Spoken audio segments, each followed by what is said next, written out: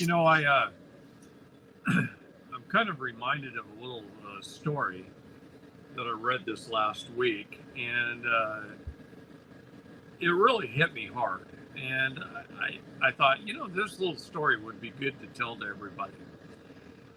There's a Saudi prince. He got very wealthy off of oil reserves, oil money. And he was asked what his life is like and how did it change generationally. And what does he think it's going to do for generations to come? And I love what he said. He said, my grandfather rode a camel. He said, my father rode a camel. I drive a Mercedes Benz. He says, my son, he drives a Land Rover. And his son is going to drive a Land Rover. But my grandson's son, he's going to ride a camel. Right on. He says, what happens is we get comfortable, we get complacent, we get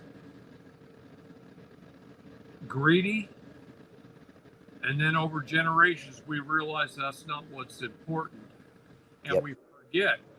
we forget how to work,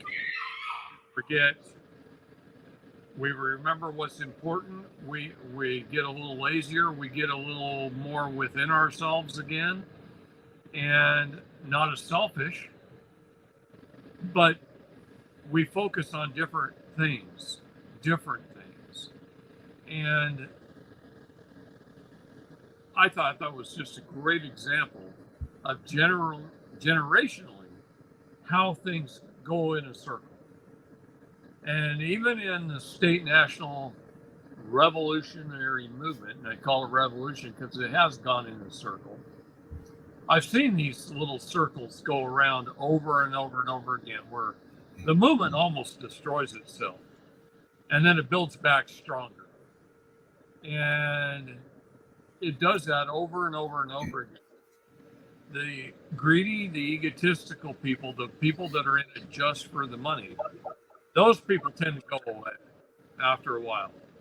And for a while, they're leaders in it.